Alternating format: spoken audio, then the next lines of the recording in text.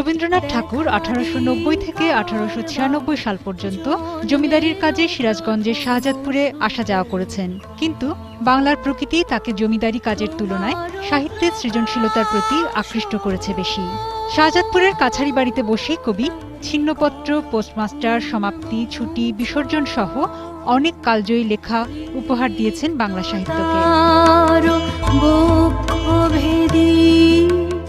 শাহজাদপুরও শ্রদ্ধা ভালোবাসায় ধারণ করেছে বাংলা সাহিত্যের এই প্রবাদ পুরুষকে। রবীন্দ্রনাথের অনেক কবিতাই আমরা পড়ছি, সেগুলো আমরা হৃদয়ে লালন করছিলাম। রবীন্দ্র কাছারি বাড়িতে আসলে রবীন্দ্রনাথের কথাই আমরা বারবার মনে করতে চাই।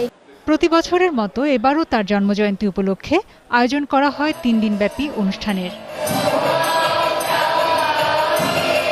এদিকে 2 বছর আগে প্রধানমন্ত্রী শেখ হাসিনা শাহজাদপুরে রবীন্দ্র বিশ্ববিদ্যালয়ের ভিত্তিপ্রস্তর স্থাপন করলেও তা আলোর মুখ না দেখায় হতাশা প্রকাশ করেছেন রবীন্দ্র ভক্তরা। আমাদের বিশ্ববিদ্যালয়ের কার্যক্রম এখনই শুরু হয় নাই।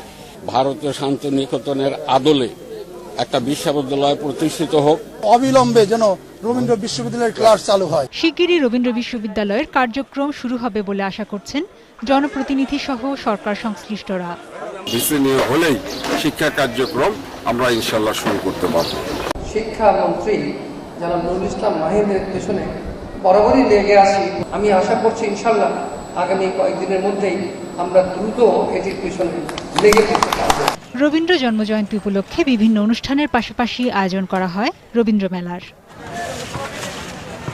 Desk report, 21 television.